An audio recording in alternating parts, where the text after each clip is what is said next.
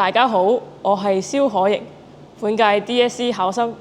今日可以企喺度同大家分享我喺 DSE 收穫嘅心得，真係十分之榮幸。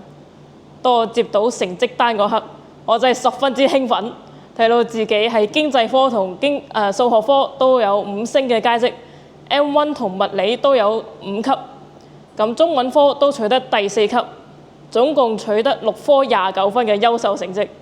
呢份成績不僅達成咗我心中嘅目標，更加係對我呢幾年付出嘅努力同汗水嘅最佳肯定。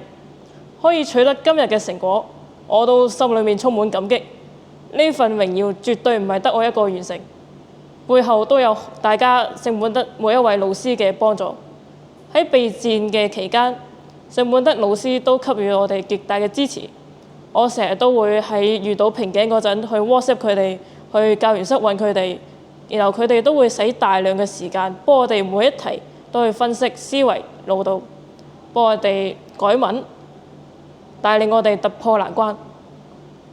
藉此機會，我都想同大家分享下幾個讀書心得。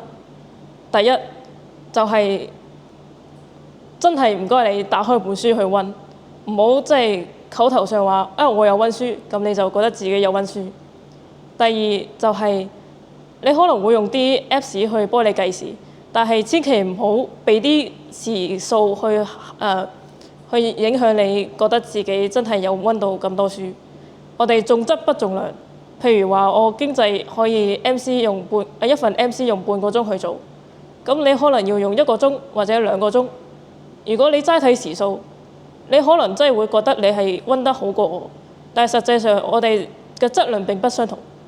第三就係訂立你嘅目標，你要整一份 to do list， 或者係訂立你自己要將來想要攞幾多 level， 咁樣你先至有目標去做，你就唔會麻木咁樣同人哋比較。